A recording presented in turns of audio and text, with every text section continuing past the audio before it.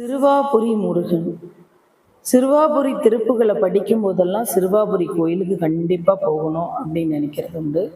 அதே போல் யாராவது சிறுவாபுரி கோயிலுக்கு போயிட்டு வந்து நல்லா இருக்கு, நான் எனக்கு போனதுக்கப்புறம் இவ்வளோ மாற்றம், நான் வீடு வாங்கினேன், திருமண தடை நீங்கிச்சு, அப்படிலாம் நிறைய விஷயம் சொல்லும்போது நாம் கண்டிப்பாக சீக்கிரம் போகணும் அப்படின்னு நினைக்கிறது. இந்த கோயிலை பற்றி எனக்கு தெரிஞ்ச விஷயத்த நான் இப்போ சொல்கிறேன். இந்த கோயில் வந்து 500 ஆண்டுகள் பழமையானது.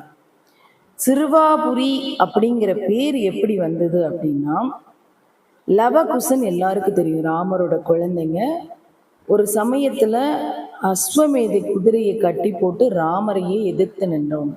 தன்னுடைய எதிரில் நிற்பவர் தந்தை என்று அறியாமல் அவரை எதிர்த்து போரிட்ட இரு சிறுவர்கள் அங்கு வெற்றி பெற்றார்கள். அதனால அந்த இடம்தான் சிறுவர் பிளஸ் அம்பு பிளஸ் எடு, சிறுவர் ஏடு, சிறுவர் புரி, சிறுவாபுரி, சிறுவை அப்படின்னு அப்படி மருவிச்சு. அதனால தான் அந்த கோயிலுக்கு வந்து சிறுவாபுரி அப்படிங்கிற பெயர். இந்த தலத்துல முருகர் வந்து அழகு மயில் மீது ஆடி வந்து அருணகிரிநாதருக்கு காட்சி கொடுத்தார். இந்த கோயில்ல இந்த சிறுவாபுரி அப்படிங்கிற ஊர்ல இன்னொரு அற்புதம் நடந்தது. என்னன்னா, முருகம்மை அப்படிங்கிற ஒரு அம்மா வாழ்ந்து வந்தாங்க. அவரோட கணவர் வந்து அவர் மேல ரொம்ப சந்தேகப்பட்டு ஒரு சமயத்துல அந்த அம்மாவோட கையையே துண்டிச்சிருக்கு. அப்படி துண்டிக்கும் போது முருகம்மை வந்து நல்ல முருக பக்தர், சிறந்த முருக பக்தை. முருகா முருகான்னு முருகரை மட்டும்தான் நினைச்சிருக்கு. அதனால முருகர் சும்மா இருப்பாரா? உடனே அந்த அம்மாவுக்கு காட்சி கொடுத்து அந்த கையை ஒட்ட வச்ச அற்புதத்தை நிகழ்த்தின இடம் இந்த சிறுவாபுரி. இந்த சிறுவாபுரியோட மூலவர் வந்து பாலசுப்ரமணிய சுவாமி எப்படி இருப்பாருன்னா, நின்ற கோலத்துல காட்சி.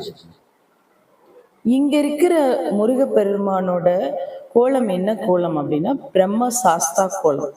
அவருடைய மேல் வலது கையில ஜபமாலையும் மேல் இடது கையில கமண்டலமும் ஏந்தி பிரம்ம சாஸ்தா கோலத்துல இருக்கிறார்.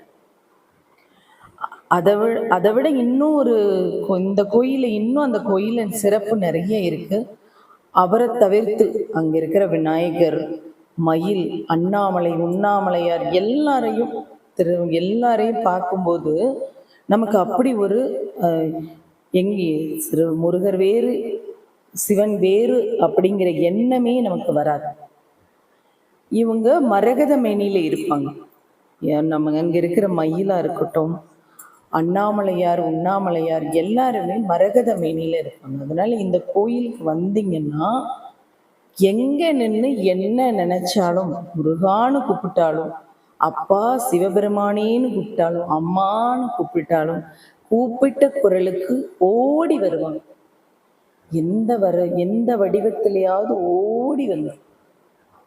அப்படிப்பட்ட கோயிலுக்கு இவ்வளோ வருஷம் கழிச்சு போகக்கூடிய வாய்ப்பு கிடைச்சிருக்கு. ரொம்ப சந்தோஷம். வெற்றிவேல் முருகனுக்கு அரோகரா.